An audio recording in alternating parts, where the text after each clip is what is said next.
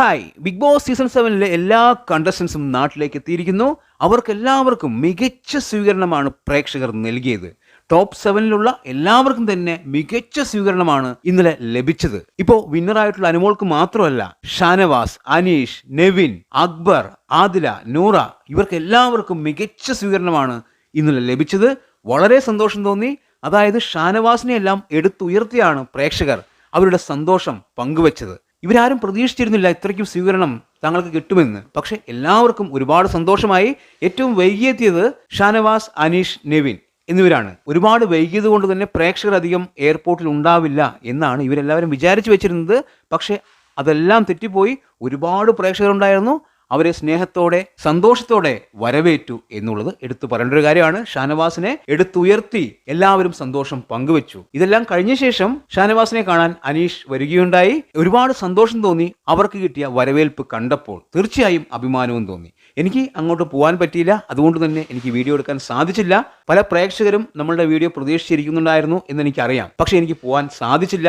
അതുകൊണ്ട് തന്നെ എനിക്ക് വീഡിയോ എടുക്കാനും പറ്റിയില്ല. പല ആൾക്കാരും എന്നെ വിളിച്ചു പറഞ്ഞു, ഞങ്ങളെടുത്ത വീഡിയോ നിങ്ങൾ ഉപയോഗിച്ചോളൂ, അത്തരം ഫോട്ടോസ് നിങ്ങൾ ഇട്ടോളൂ, ഫുൾ വീഡിയോ ഞാൻ എടുത്തു തരാം എന്നൊക്കെ പറയുന്നുണ്ടായിരുന്നു. തീർച്ചയായും വലിയ സന്തോഷം അങ്ങനെ പറഞ്ഞതിൽ. പക്ഷേ അതെനിക്ക് ഇടാൻ പറ്റില്ല.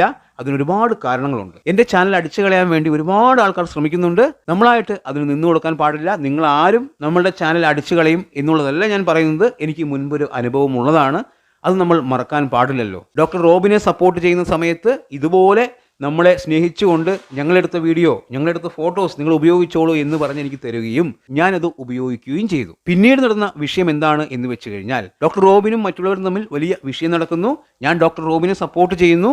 ഈ മറ്റുള്ളവർ ആ ഫോട്ടോ ഞാൻ ഇട്ടു, ആ വീഡിയോ ഞാൻ ഇട്ടു എന്ന പേരിൽ എൻ്റെ ചാനൽ അടിച്ചു കളയുന്നു.